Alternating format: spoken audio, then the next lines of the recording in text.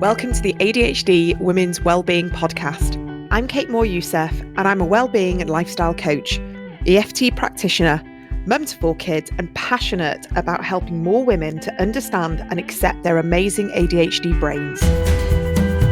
After speaking to many women just like me, and probably you, I know there is a need for more health and lifestyle support for women newly diagnosed with ADHD. In these conversations, you'll learn from insightful guests, hear new findings, and discover powerful perspectives and lifestyle tools to enable you to live your most fulfilled, calm, and purposeful life wherever you are on your ADHD journey. Here's today's episode. Welcome back to another episode. And today I am really delighted and actually very excited to dive into this conversation. We're going to be talking about nutrition, intuitive eating, and our relationship with food as neurodivergent women. And we have Dr. Helen Lawal here. Now, Dr. Helen Lawal is a medical doctor from the NHS, but she also has incredible qualifications and expertise in nutrition and mindset coaching and health coaching, and really is there to support so many people understanding themselves now through this neurodivergent lens. And so I just wanted to welcome you to the podcast. Thank you for being here. And I guess it's really exciting to talk to somebody who is got her toes, I don't know if that's the right word, in all the different waters. Is that right? I don't even know if that's right. Your fingers in pies about food. Toes in the water. That is one of my ADHD traits. I always get all my little analogies mixed up. My dad laughs at me all the time about that. Fingers and pies we'll go with, because you are understanding ADHD from so many different layers. I know you work with in ADHD support groups and you've got your coaching groups, but I would love to be able to understand your picture a little bit, because being an NHS doctor and understanding maybe how your neurodivergence showed up and what's led to your interest in nutrition and food and our relationship with all of this. So maybe you could give us a little bit of an insight into that. Yeah, I'd love to. Thanks for having me on, by the way. I'm really excited to dive in as well. I know we started chatting before, but it was like, right, we just need to press record because this is going to be a good one.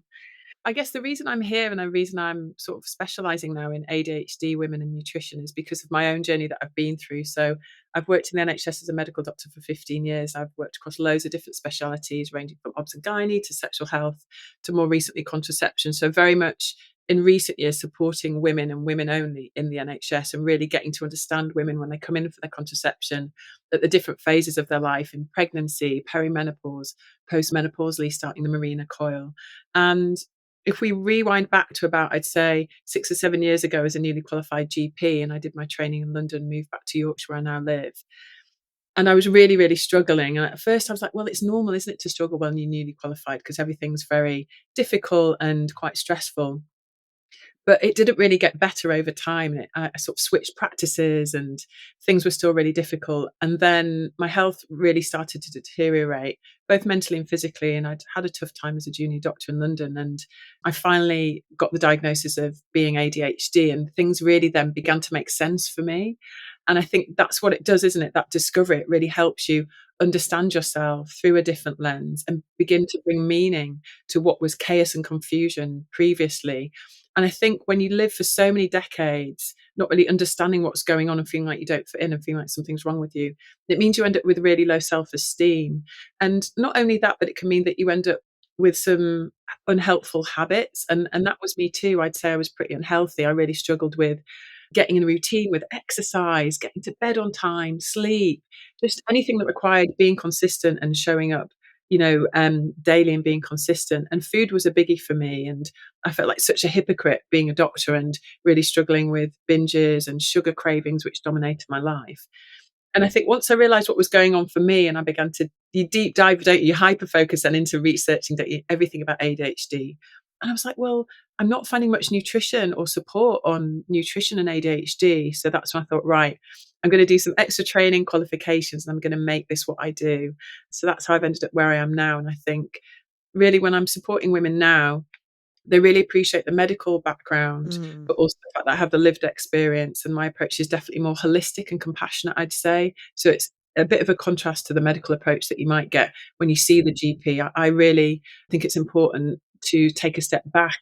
And although medications can be life changing, they don't give all the answers. And I think a lot of us really want to be able to do other things in our daily life, really, to support our well-being and our self-care, because that's what matters after all. Yeah, absolutely. And I think, I can hear it's the psychoeducation, I think, really, really helps us because, like you say, you were a doctor, but you were still struggling. What I presume was burnout and overwhelm, really trying to mask maybe some of the ADHD traits and symptoms that were coming out as a doctor. And I can't even imagine training as a doctor, with ADHD. I can't imagine how difficult that must have been, even though you had the passion and obviously all the potential and all of that and everything that comes with that. But then as you're a practicing doctor and you're dealing with all of these other difficulties, like you say, the binge eating and the sugar addiction, we think it's a problem, it's an us problem. We kind of think, well, we've got a problem with our discipline or our self-control, or there's something negative about us that we can't keep a tab on this. And I wonder, how did you feel then, maybe from a personal perspective, but also with your doctor head on, that people weren't talking about this, the addictive tendencies and the dopamine seeking, and, maybe when we're really low energy and we're looking for sugar to give us that pick me up. Did you feel there was a lack of awareness within the medical community? Oh, definitely. There most definitely is. And if you actually, I really like to come from an evidence-based perspective and know what the research is. But then also, it is really about lived experience, and we know ourselves best, don't we? No matter what the evidence says. So I initially, when I sort of had a look on PubMed and researching to see what was out there, I was like, there's barely anything out there. This is such a major part of life: food and drinking and sleeping and all the basic things that we need as human beings to live and to feel well. This isn't even necessarily about thriving. I think we have to be careful to talk about thriving because it can put a lot of pressure on to achieve this state that's not necessarily, we can't maintain that. But this is really just about living healthily and feeling well. And so if the research is out there, I have read it, but there is very little out there. And that's when I thought, well, how can that be? And it's another area of women's health, isn't it, that's neglected. We Mhm. know that with menopause in previous times. And so I thought I need to start speaking up about this online. And I say I'm quite a private person, and despite working on TV for many years, I'd never really shared much about myself online, so it was very scary. But I just felt this force within that was like, no, you've got to advocate, you've got to speak up. And the more I spoke up and shared what some of the struggles were with that sense of overwhelm, finding it hard to even just like plan for meals, do the food shop, and then once you've got all the ingredients in the fridge, it's then opening the fridge and feeling overwhelmed because you've got all the ingredients, and then the cooking. And let's face it, for other people, maybe if we're looking at it from an ableist perspective or from a neurotypical perspective, you just need to know what to eat and then you just do your batch cooking, your meal prepping, job done. But actually, if we break that down, that requires like executive function. Mhm. And I don't like the word executive dysfunction. So let's talk about executive function. And so that's this ability, isn't it, to break things down into small steps, follow them in a sequence, in a timely sequence, and prioritize. And if we think about doing a food shop and cooking a meal following a recipe, we need to be able to have the level of executive function.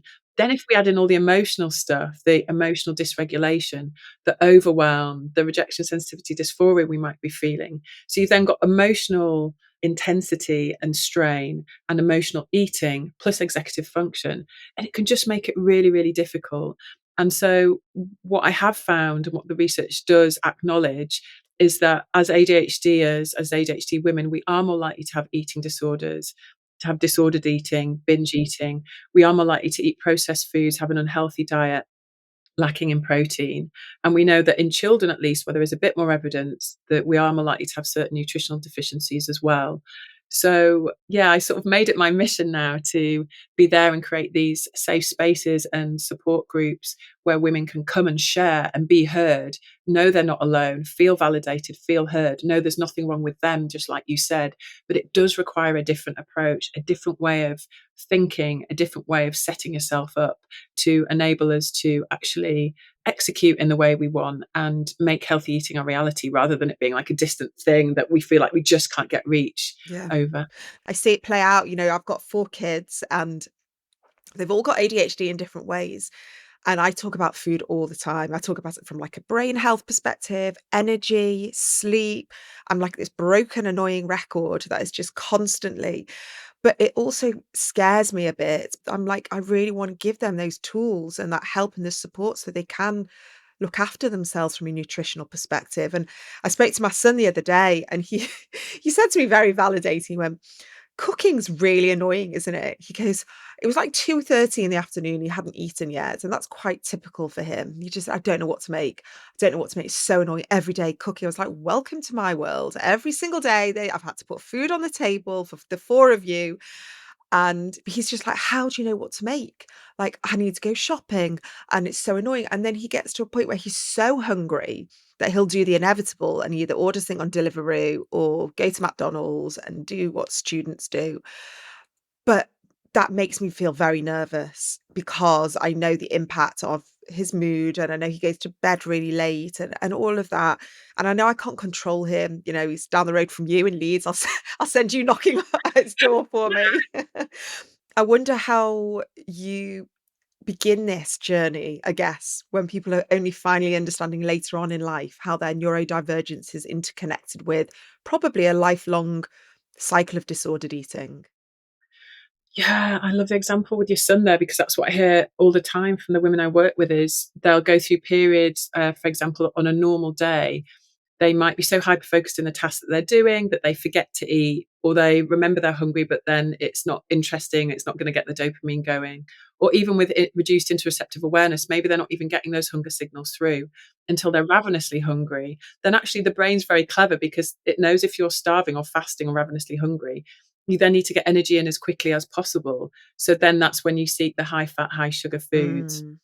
or maybe the foods that will give you that sensory experience, maybe the very salty foods or the crunchy foods.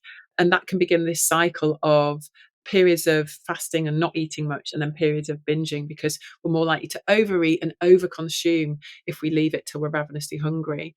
And it can feel that we are stuck in a rut with it and stuck in a cycle, and that in itself can feel overwhelming. And you mentioned shame there, and actually, shame is one of the emotions that maintains the binge restrict cycle. So we tell ourselves that we're going to be good, and it's this all or nothing black white thinking, right? So I'm going to be really, really healthy and like home cook all my meals and not have any takeaways or sugar. I'm going to completely avoid sugar and unhealthy foods. And then there's only so long that anyone can maintain that for. That's not realistic for anybody. And then we get the hunger surges and the cravings, and then we might binge, and then we feel really, really bad about ourselves, that feeling of shame that can feel very heavy and spiral, and then it feeds into more emotional eating. And so I think the first step really is seeing this as something that will take time. Like you said, it's been lifelong that we've got to this point. So this is about giving yourself a break and giving yourself permission. This is going to take time, and it's about making those changes very, very slowly and being patient with yourself. And I think the other thing is that the first step really is to bring awareness to what your current habits are, because you probably feel like it probably feels very chaotic and messy, like most of life, right? It feels like you're on this daily roller coaster. And so I think the first step is really bringing awareness and from a place of compassion and curiosity. And so to do that, the simple things that you could do, like making a note of what you're eating, taking a photo diary of your food over a week or a food diary, and you might be really surprised on certain foods that you are eating a lot more of that you hadn't realized. There's that mindless eating, isn't there, where you're eating and you don't really realize what you're eating. So that's the first step, really. But to approach that with curiosity, because I think we could be so critical of ourselves. And it's that critical thinking of, oh, what's wrong with me?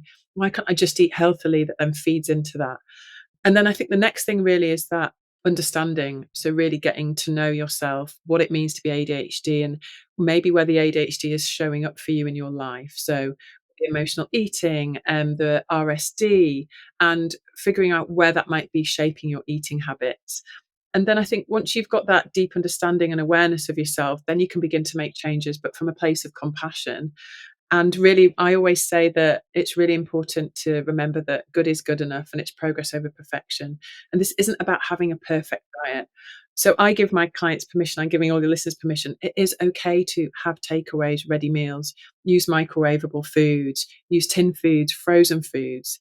And once we begin to give ourselves permission to let go of perfectionism and incorporate these foods into our life, and make things easy. So this is really about simplifying nutrition and making foods as easy as possible, because at the moment it takes up so much of our thinking and our headspace. Actually, we don't want it to. We want it to be something we occasionally think about every now and then when we've got the spoons to do that. Otherwise, we want to free up our minds so that we can focus on things that bring us joy and things that make us happy, our career, our family, our special interests. And so it definitely requires a shift in mindset, a different way of doing things, and that's different for everyone. And it does require that creativity. So almost seeing it as something fun or a challenge, or how am I going to approach this? What can I try that's different? That could mean getting the right support, of course, by a professional who's neuroaffirming, or being part of a community of like-minded women who can support you through it. Yeah, I think that that permission is just everything, isn't it? Because even then, there's still this narrative of everything has to be fresh and you've got to cook it yourself and it's all got to be from scratch and you've got to put your heart into it and all of that. And there's some people who genuinely love cooking, and that is a happy place. That's where they put, creativity. It's where they sort of become mindful. And that's amazing. But there's a lot of other people who just don't love cooking. It's just not their thing. They, like you say, they prefer to put their efforts into something else, and eating or cooking is a means to an end. And like you say, that interoception, if it only hits us, the hunger at the very last minute, and all of a sudden we're just like, I have to just eat whatever is there, that permission to say it's okay, actually, if I'm just going to have a freezer food or some beans on toast, or something like that, just taking that kind of the guilt or the edge away. I do think we need to change that narrative a little bit, because there is so much pressure. I think as women, I think perfectionism is very, very prevalent in our community, and we just think that everything, we've got to do everything the hard way, maybe because life has felt, I'd say, hard and not simple. We've been conditioned to believe that's just how life is. And when something feels simple or easy, get suspicious. We feel uneasy. Our nervous system kind of goes, this is not right. This isn't safe. Like, life's meant to be hard. I kind of sometimes feel like that. I still feel really guilty when I use ChatGPT. Like, literally every time I'm like, this is my dark secret. And everyone's using it. Yeah. Because in my head, it's got to be hard and it's got to be hours. But actually now I've changed this mindset. I've reframed it. And if I can take some of the heavy load and ask ChatGPT to help me with something, I've started just embracing this for different things. And, we can use things like AI tools, print out a menu for me that breaks it all down and helps me buy all the right food. And we just go to the supermarket and we have that done for us. And that we shouldn't feel guilty about things like that. I was wondering, do we talk about things like that, those types of tools in your community? Yeah, definitely. It really is about making it as simple as possible. Remember, simple doesn't mean it's not nutritious. Simple doesn't mean that we're not having a healthy, balanced diet. It's become overcomplicated, Yeah. hasn't it? And I think when we look at who some of the key people are online, who are what healthy, balanced diet means and gut health, it does feel very overwhelming. And also, there's a lot of misinformation. And so it's really about, first of all, do I actually know what the facts are, what the evidence is, what is a healthy, balanced diet? And I'm happy to share very briefly that we know that a healthy, balanced diet consists of a diet with lots of plants in. There is a study which suggests over 30 over a week, and that's just a number. But really, when we talk about plants, we mean herbs and spices, fruit and vegetables, legumes, and nuts and seeds. So there's lots to choose from. And you'll be surprised if you have a look at what you've eaten that you won't be far off that number anyway. It's about having enough protein, which is especially important, I think, for us. There's not that much evidence on protein in ADHD, but we know that protein, which is made from amino acids, and amino acids are the building blocks for our neurotransmitters.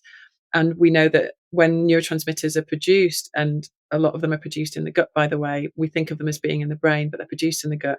They also require lots of micronutrients and vitamins and minerals to be produced. Are we having enough healthy fats? Are we having enough of the right type of carbohydrates, complex carbohydrates, and drinking enough water and having enough color in our diet? So those are really, if you really simplify it down, those are the things that really matter. And I think that if we look on Instagram, everything looks so pretty and everything feels like there's all these layers and so many loads of ingredients, but it is okay to eat the same two breakfasts on repeat. It is okay to have your 4 or 5 favorite meals that you rotate around. And I say to anyone listening, if you're thinking, "Oh, I don't know if have got a healthy, balanced diet," just think about the foods that and the meals that you find really, really easy to cook already. and just think about what you can add into them. So I call this the add in principle. It's about what you can add in. You don't need to find new recipes over the time. If you've got your go to, I don't know, minced beef bolognese, can you add in some mixed beans and lentils? Can you add in some extra frozen peppers into there to add a bit of colour? The same with your breakfast. If you like oats, what else can you add into your porridge? Nuts, seeds. Can you stir some kefir in there? Instead of just having like banana, can you add a handful of a variety of berries in there? There's all these ways that mean that we can just eat the same meals on repeat that we're really comfortable with, that we really love. We're not going to get bored of, but we've got such diversity within each of those meals that it means that we can be confident that we are giving our body, we are giving our gut and our brains what it needs to really thrive. And then this isn't really about avoiding sugar. If there's 3 things that I want everyone to know, you don't have to weigh yourself at all, even. You don't have to avoid sugar, and you don't have to count calories. It is possible to be healthy and to lose weight without doing those 3 things. I think the more that we do each of those things, the more we become stuck and the more we're just gonna go round and round in circles, because those are all forms of tracking, they're all forms of counting, restriction, rule-based. They're all forms of avoidance and It's a deprivation. punishment, isn't it? It is, and like you say, we're so used to feeling uncomfortable and for life feeling difficult. And so I think if you can learn to let go of those things and build the trust again, and trust that listening to your body and eating more intuitively, but giving yourself permission to have every chocolate. I eat chocolate every day. I keep thinking to myself, I see all these beautiful Instagram videos of other nutritionists making these meals, and I think, do you really eat like that every day? And also, why can't we just see you eating some chocolate? Yeah. I keep thinking I'm just going to like that's what I'm. Those are the reels I'm going to make of me eating dessert and chocolate, because that is the reality of it. And now that they let themselves have dessert with every meal, the cravings have gone, Yeah. in combination with making sure they're actually eating enough, they're having enough protein and enough fiber, the cravings have completely gone, and they're still getting to enjoy chocolate. They still feel healthy. They're still losing weight.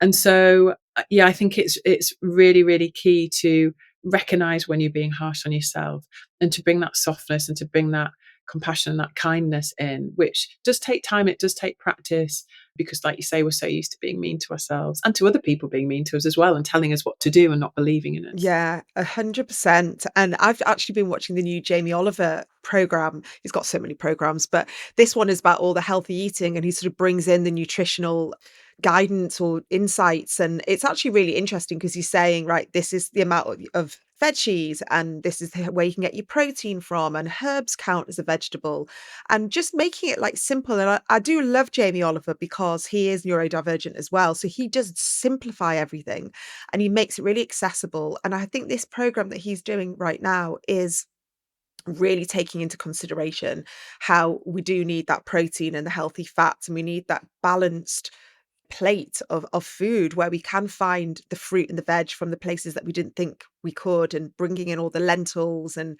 all the fiber. And I sometimes do need that inspiration because I cook all the same things. My kids all shout at me because I do that hidden vegetables thing in the spag bowl, and my son's like, "You've put courgettes in." I've like grated them on the finest like, thing. He's like, "I don't. How can you see them?" He's like, "I found them, and I put beans in the bolognese and everything." And I'm Yeah, trying to do what we yeah, can, but the limit is that they hate whole wheat pasta. Like, so I'm just like, you know what? I'll put the veggies in the sauce, but they hate the whole wheat pasta, so I'm parking that. yeah, And you yeah. have to kind of just do what you can in the restrictions and the resources that you've got, and the finances and the time, and not put so much pressure on yourself that it all, like you say, this black and white has to be perfect. If I'm going to go down this healthy eating, then everything I eat has to be organic, and it has to be fresh, and everything. And just cut ourselves some slack, because we haven't done that, I don't think, our whole lives. Like, we've always put pressure on ourselves. Yeah, it's okay to have spag bol and pasta. It's okay to have beans on toast, or a jacket potato, or toast every day for breakfast. Hmm. These things are okay. And yeah, there is a lot of pressure. And yeah, some people will find that they get really bored, and so they want to constantly add in the newness. It's different for everyone, isn't it? To explore and experiment with new flavors and new recipes, and that they do get boring. Whereas other people will have their safe foods, the foods that they trust and they eat, and they eat on repeat. So again, it's the diversity within neurodiversity, isn't it? we're all so different. And I think it's also really important that when we're thinking about making changes to our health and trying to improve our nutrition or lose weight, it is really important to think about non-food related ways to really take care of ourselves, because you've mentioned sleep there. Well, we know that when we're sleep deprived, that impacts on our hunger hormones. We know that it increases our hunger hormones. We also feel lower in energy, so we're more likely to be inactive, and we're more likely to reach for foods that are gonna give us that energy boost. So, if you know that sleep is an issue for you, you know, food and cravings aren't really the problem, they're just the symptom, and I think that cravings in particular aren't the problem, they're just the best solution you've come up with to another problem that's going on, so that might be sleep. So why not take some time to think about your sleep and maybe go to the doctors and check you've not got a sleep disorder, for example. Sleep disorders are really common in neurodivergent individuals, circadian rhythm disorders and delayed sleep syndrome. And so you might find by doing that, or by looking at your sleep hygiene, so your sleep routine, and getting support over there, that without even thinking about food, there's a positive ripple effect. And before you know it, your cravings have reduced and you've got more energy to do a bit more cooking or to eat different foods. And it's the same with rest. Even if you can't access more sleep, how can you incorporate more slowness into the day and more rest, or doing things where you are in your flow state, where your mind is resting because you're just focusing on that one thing that you really love to do. And it's the same with exercise and movement, really. What can you find that really gives you the energy and energizes your body that you crave, that feels easy? And so it has to be holistic when we're thinking about food. We can't just look at food when we're thinking about nutrition and health. We really have to zoom out and consider all the other aspects of food, our stress levels, how what we're doing to take care of ourselves, the career that we're in, the jobs that we're in, and all these things impact on our health directly, and they impact on our gut health directly. Mm. That, don't we, with stress, and it can have a direct impact on our hormones, cortisol, the way we digest our food. Um, and so it's really important not to just focus on food. And I think anyone that's trying to sell you food or a supplement as the fix, as the cure to the problem, is really misleading. It really has to be about looking at the whole human and that person, especially in the context of their neurodivergence. Hello. So, just interrupting to let you know that More Yourself is now open. We have got started, and if you are still on the fence, you've not decided, I would absolutely love to see you in there. This is a new community space that I've built, which I hope will be a connection point for like-minded ADHD women to learn from different experts, from myself, and also explore neuroaffirming guidance and tools that make our lives easier and lighter and more manageable. I'm going to be using content from the book. I'm going to be bringing in new content. I'm already curating an amazing calendar of guest experts that are going to be coming in. So whether you're newly diagnosed, wondering if you might even be neurodivergent, or just craving this steady, regulating, calm, compassionate support that feels like you, that feels real, I promise you this space is for you. And I want you to know that I have created this as a need for myself as well, because I genuinely believe that the more we connect and we unite and we come together to support and collaborate and work with each other, no longer will our ADHD bring as many challenges, because we'll all have more awareness and compassion. So if you're interested, head to the show notes and you'll see the link there, or head to my website, which is adhdwomenswellbeing.co.uk, and you'll see the More Yourself tab. Click on that and you'll see all the information. And I really do hope to see you in the membership space. I wondered if you could maybe touch on this rise in GLP-1s. What are your thoughts, I guess, on them? I know they can be quite contentious, but I'm also hearing other schools of thought where on a very, very low dose, they can be really helpful in reducing cravings and helping create new neural pathways, and then hopefully helping people create those new habits and create new mindsets around food. I know it's a loaded question because there's so many different things going on, but I have also spoken to people who are neurodivergent, and they have found that it's been very helpful, maybe initially with the weight loss, but also with maybe intrusive thoughts and the OCD side of food. And I guess finding a way to maintain that while they come off them or they're on a very, very low dose. I wondered if you'd be happy to talk about that. I mean, in my opinion, I'm not anti the injectables. I think that it's all happened very quickly, and I didn't necessarily think that we'd see a solution or a quick fix like this in my generation of medicine. We still don't have much long-term data. So that's what I want to say first. We still don't really know the impact of what being on these injectables over several years will actually do. So I think it's really important that although they've been approved on the NHS, some of them also haven't and are available online. We do need to hold that in mind with anything new that comes to the market, the long-term impacts. Second of all, yeah, I've heard from clients in my nutrition clinic and also patients in the NHS that the weight loss can happen so rapidly that it's almost like they feel their brain hasn't caught up with their body. And so the benefits, I think, are that it can give you this rapid weight loss to get the momentum going. But what's really, really key more than ever is two main things. The first one is with any rapid weight loss, you're going to lose muscle mass.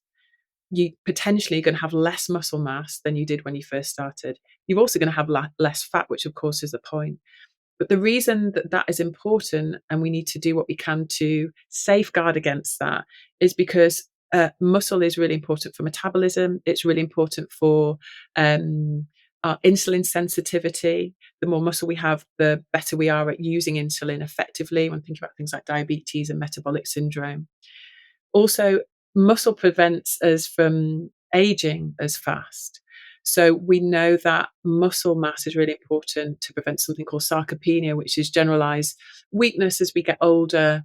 And so protein and resistance exercise become more important than ever.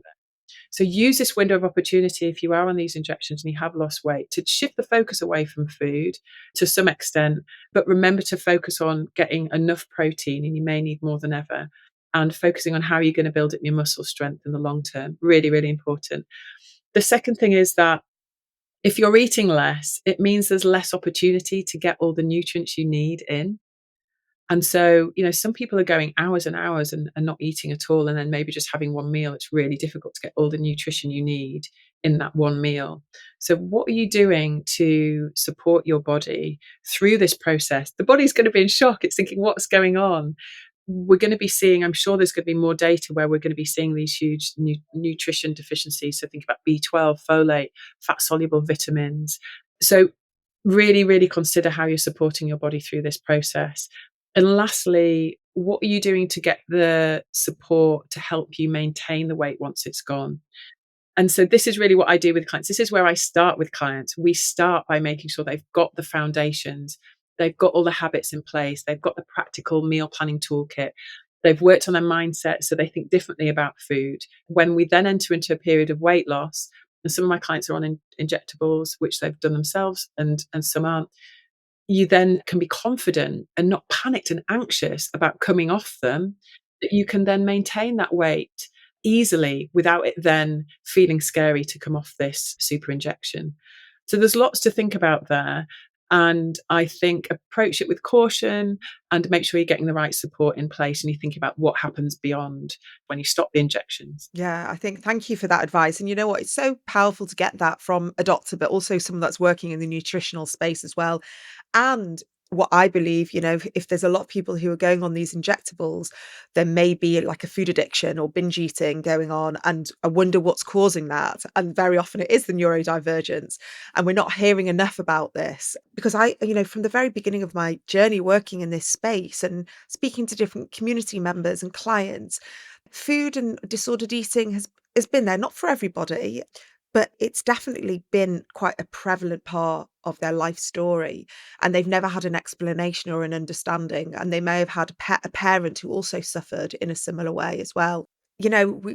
We are only at the beginning stages of understanding all of this, aren't we? And I love that you, as a NHS doctor, are able to see people through your practice, but you've also got this nutritional understanding, and you're able to help from both sides. I wonder if you've seen people that are coming through who have absolutely no idea they're neurodivergent, but coming in and saying to you, I'm really struggling with, binge eating or a sugar addiction, and you're then having to give them a bit of an understanding about perhaps it is neurodivergence. I mean, in terms of where I work now, I either work with ADHD and ADHD women in my nutrition practice, or I work in the NHS with ADHD. Okay. I'm completely biased. Yeah, you're fully in the system. I'm fully in, yeah, I'm all in within the neurodivergence world. But what I would say is that often they will mention food, or I'll ask about food because I've got a bias towards bringing it up. And then might help them navigate and realize that that is all ties into their ADHD or their autism, that it's part of it.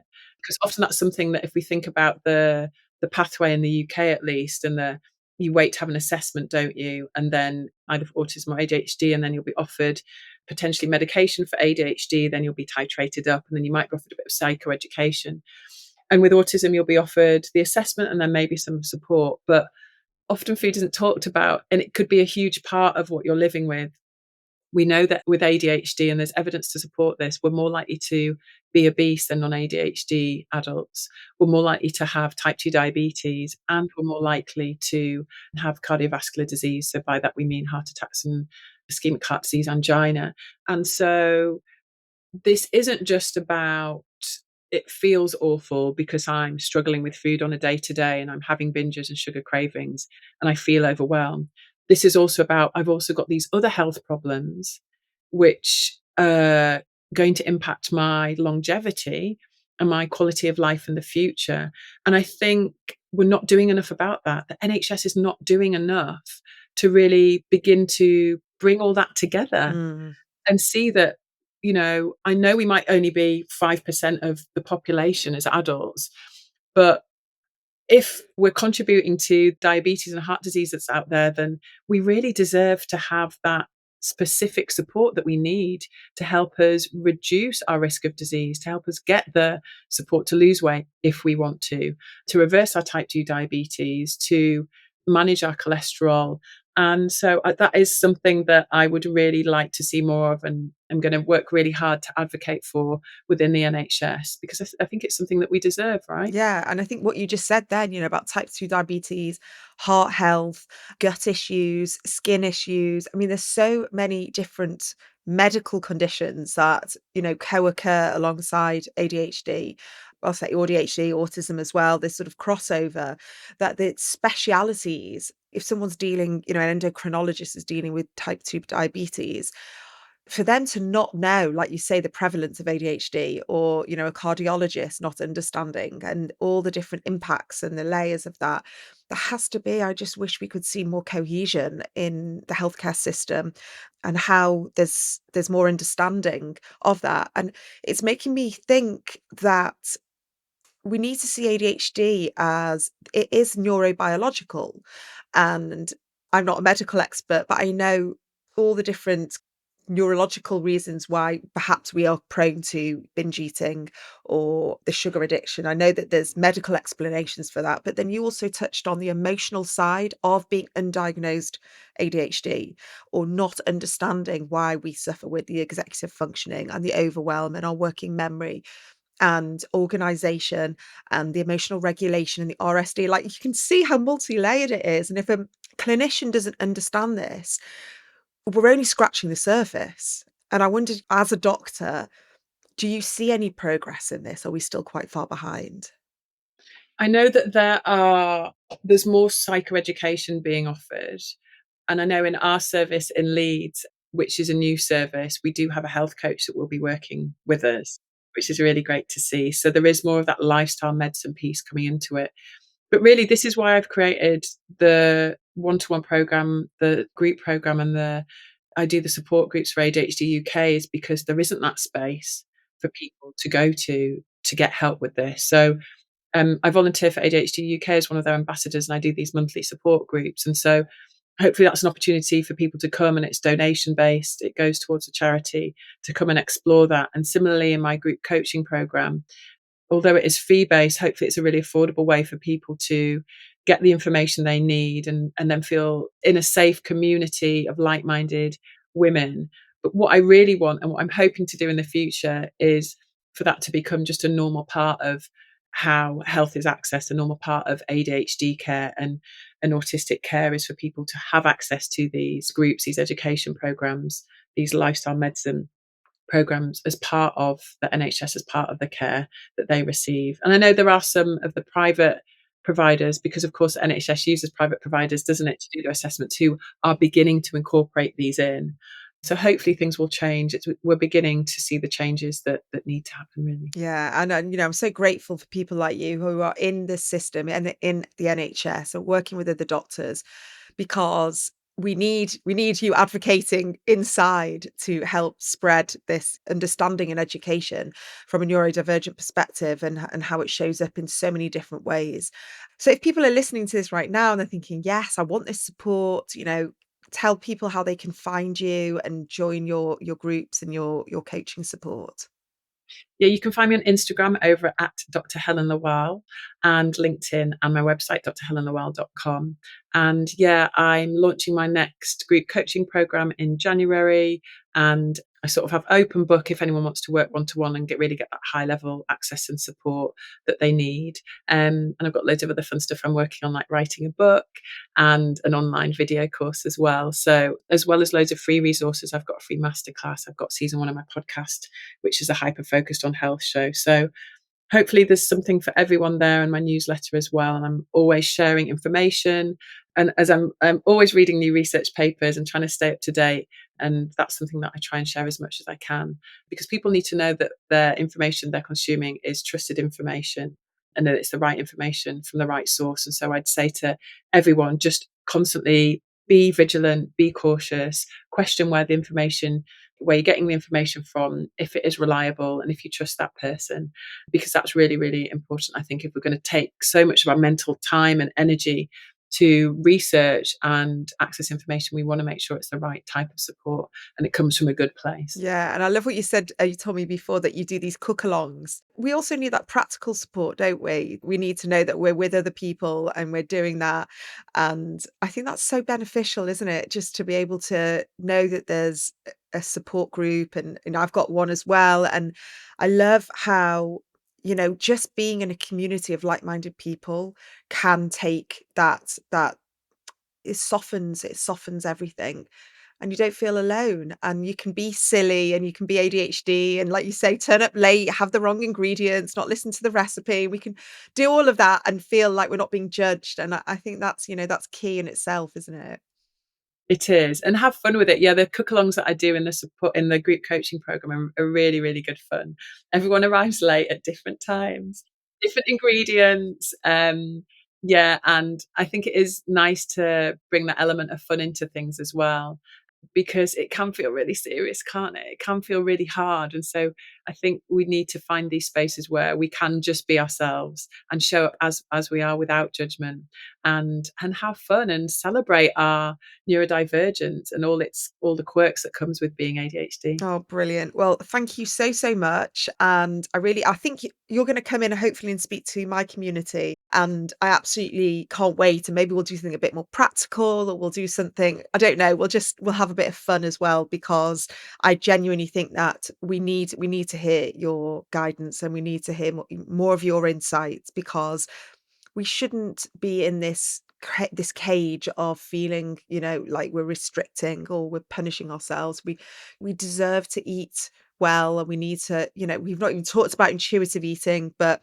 we need to be able to give ourselves that grace and that compassion to eat. And we've not even touched on hormones or cycles, but even just knowing that, the 10 days before your period and you want to eat more carbs and you want to eat more stodgy food, and you are craving more sort of sugary things and more energy, like your body is like ready to sort of release loads of blood, and it makes sense that your body is wanting to store lots of energy, just to know things like that. I think it is so helpful. But I'm sure we'll speak again. Yeah, we'll have to do another chat another time. And yeah, there's always so much to talk about, isn't there? Especially when our brains are like a million miles an hour. Like, "Whoa." Yeah, exactly. But thank you so much, Dr. Helen Thanks so much Lawal. for being on. Thank you. if this episode has been helpful for you and you're looking for more tools and more guidance, my brand new book, The ADHD Women's Wellbeing Toolkit, is out now. You can find it wherever you buy your books from. You can also check out the audiobook if you do prefer to listen to me. I have narrated it all myself. Thank you so much for being here, and I will see you for the next episode.